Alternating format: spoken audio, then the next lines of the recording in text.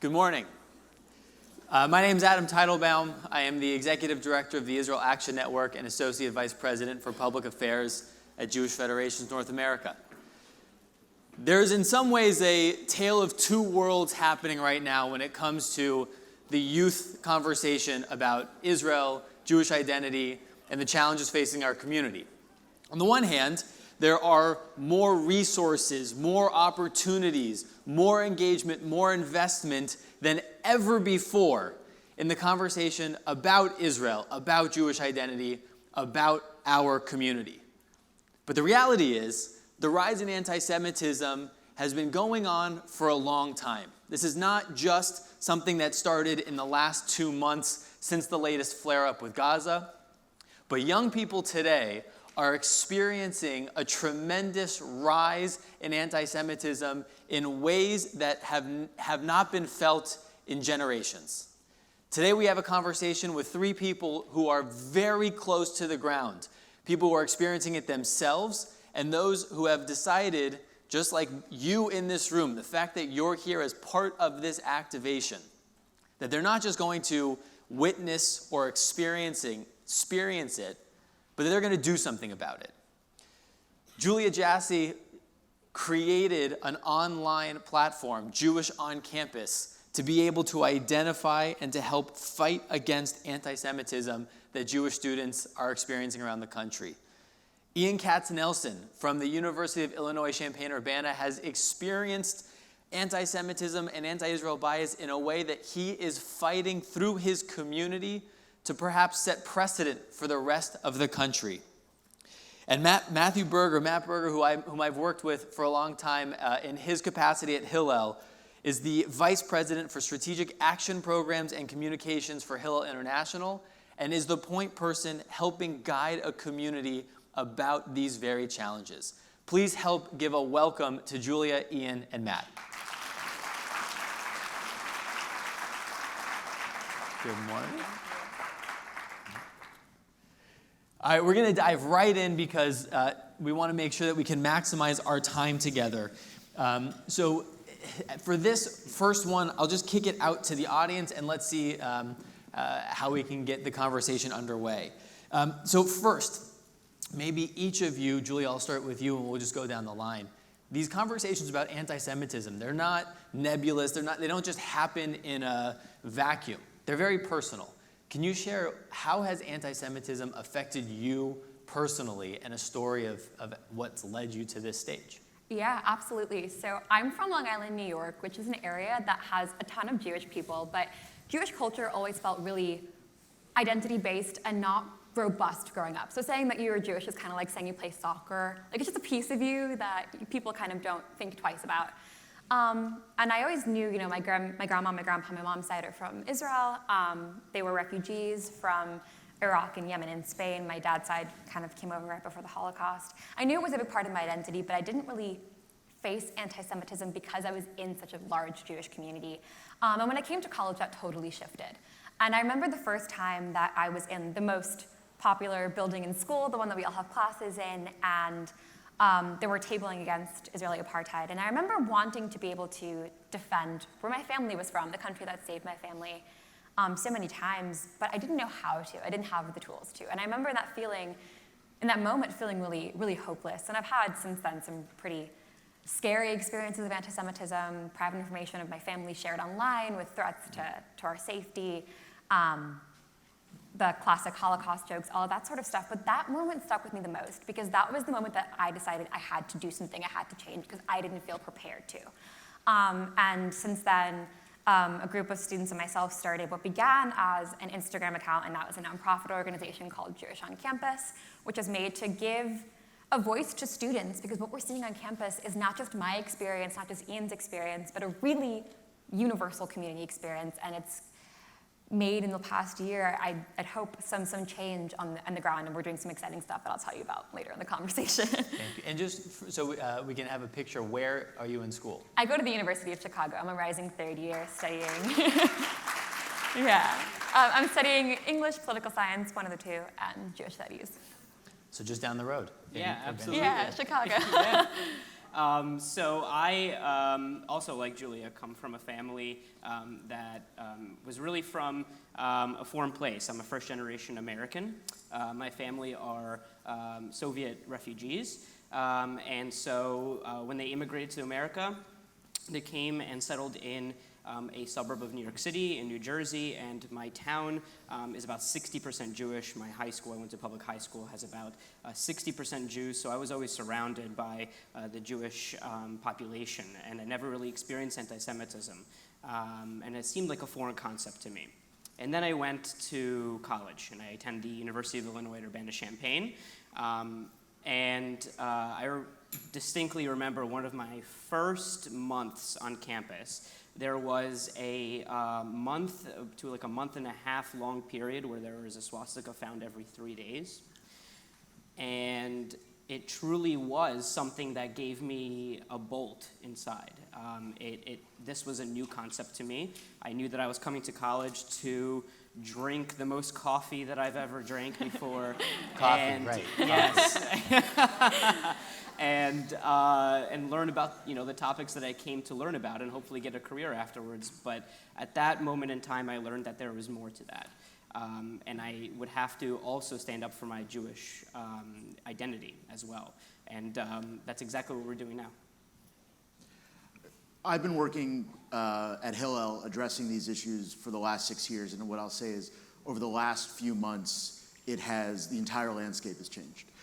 Whereas we have been fighting BDS and anti-Israel campaigns for many years, and quite frankly, gotten better at not feeling up and down based on wins and losses, and realizing that we have a lot more impact when we do proactive education and engage students with Israel throughout the year. When the Gaza war started, it became a very different situation. And the anti-Semitism that students are feeling right now is really different. The anti-Semitism of old, the anti-Semitism that we're used to from white extremists, neo-Nazis, we're able to put that aside. When someone's yelling or screaming something on the sidewalk, they're not a part of our community.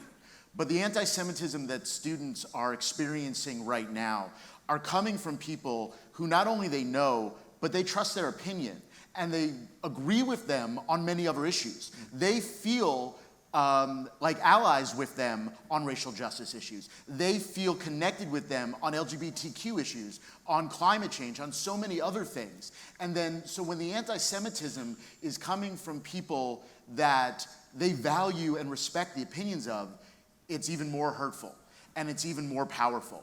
And that's the anti-Semitism that students are feeling right now. It's much more powerful, it feels much more personal, and it's having a much greater impact on students. Let's dig into that a little bit. There's a sense, it can feel like perhaps there are so many issues of the day. Where, in your experience, Ian and Julia, where does the anti-Semitism, anti-Zionism conversation fit in the tapestry of issues that students are most focused on? So where is it in the general Jewish and non-Jewish students' priority list? But also thinking about, in a world, you're on social media, you created a social media account. What's the difference between IRL, which is in real life, what's the IRL experience and the on-campus experience in that conversation? Yeah, I mean, I think this is something that I can speak to, not just about my experience, but what we've seen kind of across the board. One of the things that we do at Jewish on Campus is create database, basically, of the experience that students have been reporting to us. And our 2020 data report just came out recently, and we see as one of the top 3 most common kinds of anti-Semitism that students are reporting, having that be Israel-focused. And I think that's changed not just in the past year, but like Matthew was saying, tremendously over the past 3 months. I mean, speaking from my own experience, it became concerning how much everyone started to really care about this issue, which you almost feel like, of course you want people to care, but for this, it takes so much of our identities are wrapped up into this, but also we spent our entire lives living this experience, learning our family stories. And I mean, I came to college as someone with Israeli family, someone who grew up knowing my history, not feeling prepared with even that much life experience to have this conversation. And it took a lot of studying, it took a lot of learning. And people are joining in because it's become a popular thing. And I think that's where the conversation of criticism of Israel and anti-Semitism gets really jumbled, because the focus on Israel, the focus on it becoming an unsafe and uncomfortable environment for students on campus to be openly Jewish, openly Zionist, that's where it becomes a conversation of anti-Semitism. Yeah, you know, I'm going to have to add to that that what honestly I feel is one of the most important things on campus for Jewish students as a whole is being proud of your identity as a Jew. Oftentimes, that's not what actually happens in reality. In the face of all these struggles, in the face of all this hatred, especially, students tend to go into sometimes a turtle shell, and sometimes hide their identity as well. And I remember distinctly, I actually submitted one of my personal stories to Julia's Instagram page, and I remember when it was posted that I felt excited that people were going to hear about it. But at the same time, I realized, wait, I'm feeling excited about people hearing about anti-Semitism that I've personally experienced. And that's a problem, right? And I think that a lot of students across the country recognize that that's an issue, and at the same time, because they recognize it, they do prioritize it, while it might not be manifested outwardly. The question of identity politics, this is a big one these days. Right. A word that was a big one making the rounds for the last few years, intersectionality, the idea of intersectional suffering. And in the Jewish community, for those, my experience with people outside of the Jewish community, when somebody says, well, what is Judaism a religion? It's like, well, yeah, kind of, but is it it's also a peoplehood. It's a peoplehood, but so the question of even being Jewish has an intersectional component. Then when you layer on top additional identities. So what I'm hearing in your experience is that part of this is figuring out where the fight against anti-Semitism, the fight to help the Jewish community, is getting lost in the noise of the day. What has your experience been? And then if that has tied into your experience, how does the Jewish on campus, or how does the conversation that you're having with the OCR, which you'll tell us about, fit into this fight? Mm-hmm. Yeah, I'll go first quickly. So in my university, the students decided to take something about it, action against anti-Semitism. So we tried to go through the Illinois student government route. That didn't work. Then we tried to go through the university route. Universities are second homes to students. They're supposed to be there to protect us and to hear us, and they failed miserably. So miserably, in fact, that the Jewish United Fund of Chicago, the JUF, has been able to put together over 2,000 pages of evidence and personal testimonies of students who have personally experienced anti-Semitism at the university and have not had anything done by the university as a response.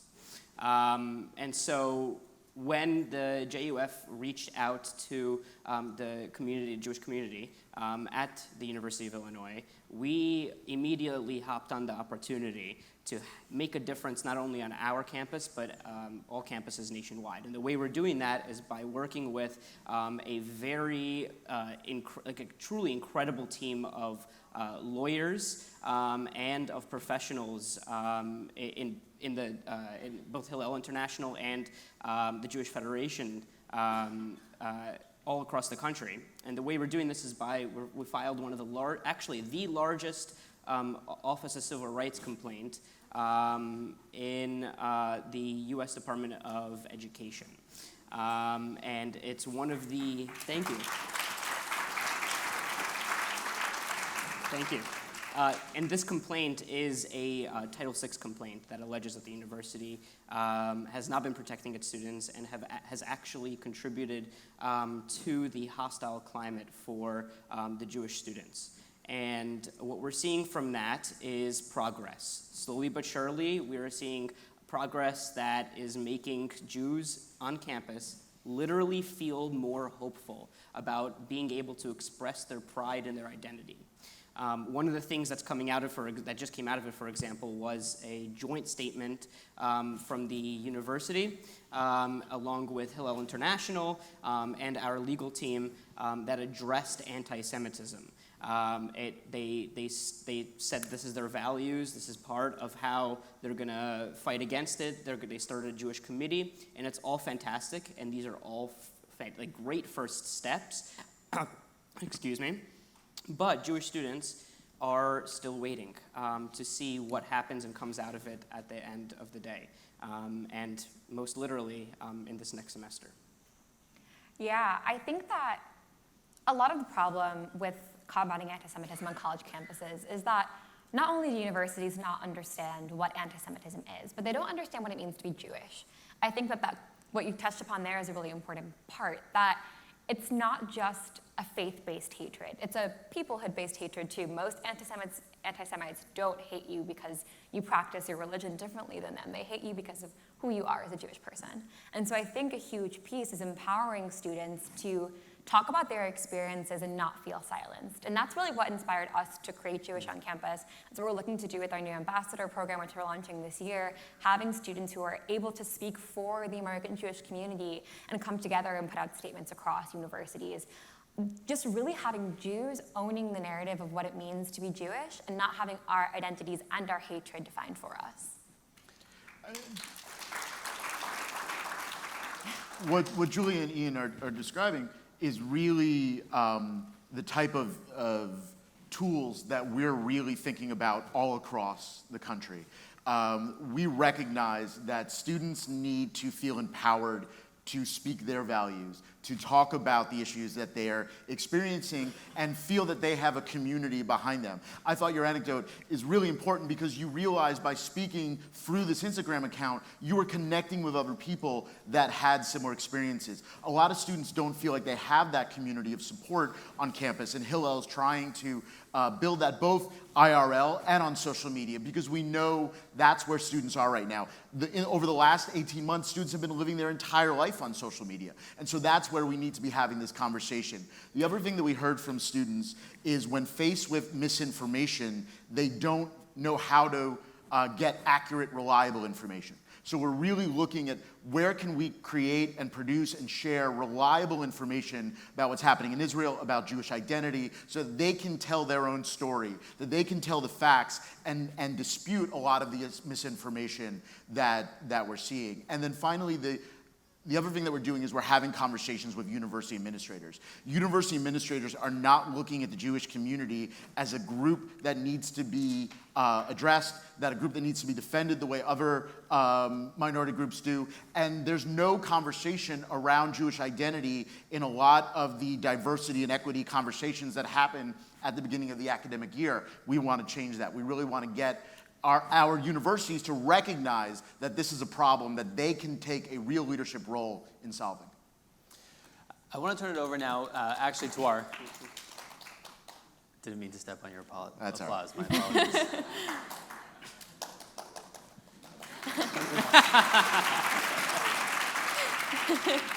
I want to turn it over to our audience correspondents now. Marissa Pullen and Ari Ackerman, who are the immediate past chairs of cabinet, stewarded the Federation movement through a tremendously challenging year with COVID. This year could have gone a million ways sideways, but Marissa and Ari, under your leadership, bringing the community to come out stronger as a result of this last year is a testament to you. So would you please, I know you have a couple questions for the audience, for our panel, and love to hear what they have to say about it. This is good, I feel. Excellent. Perfect. Thank you, Adam. We appreciate that. And hello to all of our cabinet people, alumni, everybody we know so well. It's great for us to see you guys not on video screens. We're actually standing in front of you. We're very excited here. We're here to represent, as Adam said, you guys for questions. I hope that's okay. I know in this crowd there's going to be a lot of questions. We're going to do it for you. And can I just say, to start though, as a very proud girl dad and dad, what you guys are doing on campus, I mean, kol hakavod. What we're doing here today is say, I am a proud Jew and I'm willing to stand up for being a proud Jew. And what you're doing is doing that. And so we thank you for all that you're doing. Seriously, amazing. Just move this down. looking out at the audience here and listening to the work you guys are doing on campus, it's really hard not to acknowledge the power of the collective. And so thank you all for that, and thank you for the work you're doing. You guys are on the front lines. You are facing anti-Semitism daily. What can federations do to help you successfully combat anti-Semitism? And what are other American Jewish organizations and federations doing to help you fight anti-Semitism today and engage the next generation? Yeah, I think for us, it's been a really interesting year. We started off as an Instagram page thinking we were just going to be an Instagram page based off of a Twitter conversation we had. So the world's really moving digital. But now we're a nonprofit organization, and the big shift that we've been making now is, going from having a $0 budget to now doing real work. And not that online work isn't real work, because it is, but and also looking toward our existing Jewish institutions, professionals in the Jewish world to give us guidance. Part of, I have conversations with Matt all the time at Hillel International and all of the other Jewish organizations, some phenomenal Jewish scholars who have been real mentors for myself and the rest of our team. And what we're looking to do is not reinvent the wheel. It's to give voice to a group of Jewish students that have always been, the Jewish student community has always been a huge part of student movements, the movement for Soviet Jewry and so many other examples like that. And we want to just continue that legacy with the support and the guidance of the institutions that already exist. I have two answers to that question, really. My first one is going to be to continue support for the Office of Civil Rights Complaint. I think that truly has one of the greatest potentials to change the campus, just in general, campus, the conflict within Jewish students and with others as well.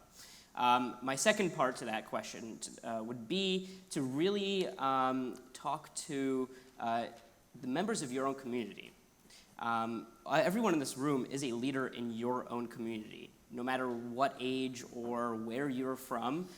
It is so important to speak out against anti-Semitism when it comes from your community and when it comes both from the left and from the right. I think that is so critical to emphasize, because that really is where the power in this room lies, is within your own communities.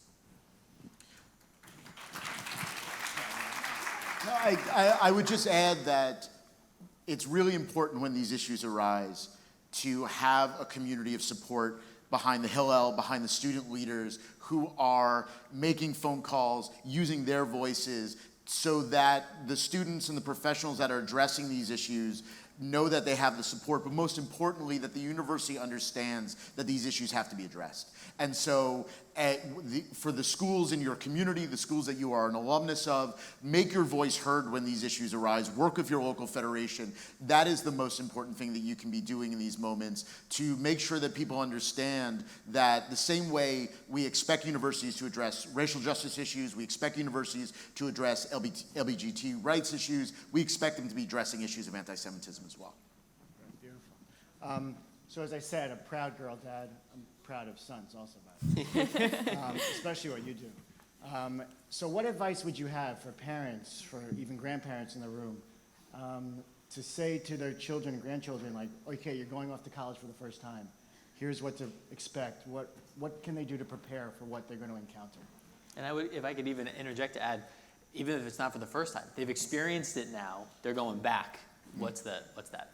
I think this is a really personal question, because I have a little sister, my best friend in the world. She's 15. She's starting to look at colleges. And my parents always ask me, oh, she shouldn't apply to this school because this school has, I looked at your report, it has a ton of instances of anti-Semitism.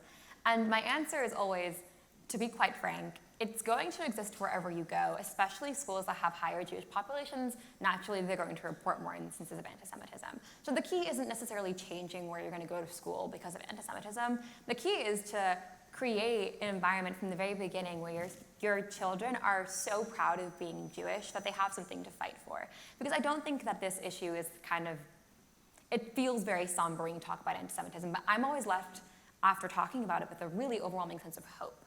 Because it reminds me every time that I'm doing this, it's often emotionally really hard to constantly talking about anti-Semitism, but it's so worth it because I remember what I have to fight for. And so always making sure that your kids go into any conversation knowing what they have to fight for, because your experience as a Jewish student doesn't have to be speaking out against anti-Semitism, because equally as important is just existing as a proud Jewish person, wearing a kippah, wearing a Star of David, just existing as you would in spite of the hate that you might receive for it is just a tremendous show of strength. So too long of an answer, condensed into a moment, is just to teach your kids to be proud.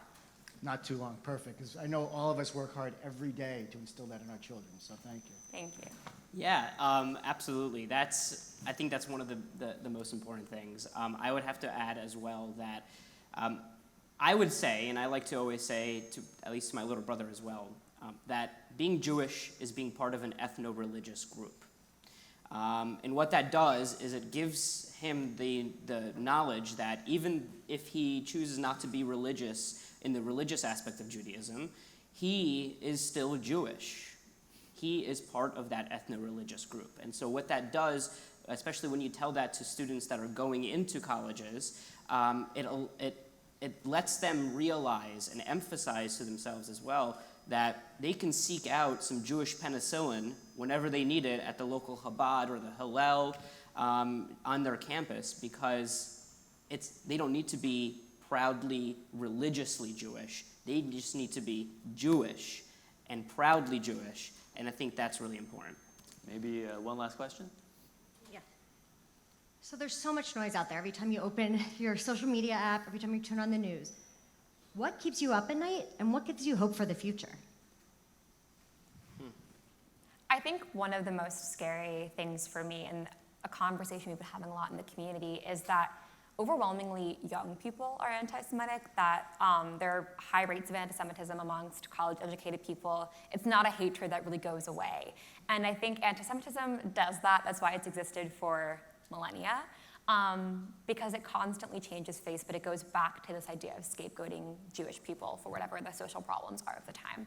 What gives me hope, though, is the tremendous response from the Jewish community, especially from young Jewish people. Just being a part of Jewish on Campus, having a platform of 32,000 people from around the world who constantly are giving us positive feedback and, kind of like you just said, feeling like it gives them the chance to have their voice be heard. I think when, I'm feeling kind of hopeless, just hearing that is so heartening, and it gives me so much hope for where we can go, especially when we tap into the power of young people, because we have unabashed hope, for better or for worse. Ian, Matt, less than 30 seconds. Yes, my impending organic chemistry class is keeping me up at night. Probably should. But in reality, two things. One thing that's keeping me up at night is the actual experience of anti-Semitism on my college campus. The fact that I have colleagues that are Jewish that are scared to wear Jewish artifacts around campus. That literally keeps me up at night. Now, what's giving me hope is the work that we're doing towards that. And the fact that throughout doing that work, we have been united as a community, and that being united really drives us to make even more change and stick together. What keeps me up at night is the short term. We have a lot of work to do to empower and really help our students address these issues.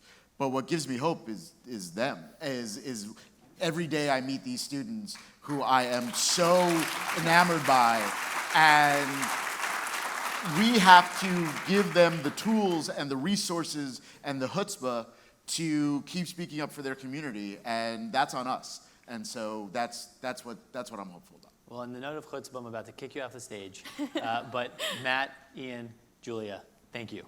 Thank you for having me.